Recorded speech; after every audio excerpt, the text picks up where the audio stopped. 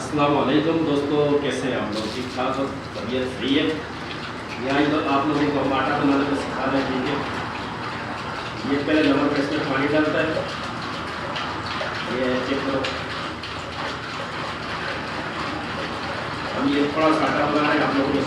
तो ये दोस्तों ये अब इसमें नमक पड़ेगा। ठीक है, ये थोड़ा सा आटा है, ज़्यादा नहीं, तकरीबन 4-5 किलो आटा है, इसलिए कुछ थोड़ा सा नमक डाला। ठीक है, तो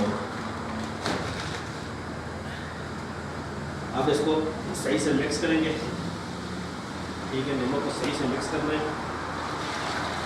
बिल्कुल नमक मिक्स हो जाए तो उसके बाद जो है बाकी प्रोसेस जो है उसमें होगा।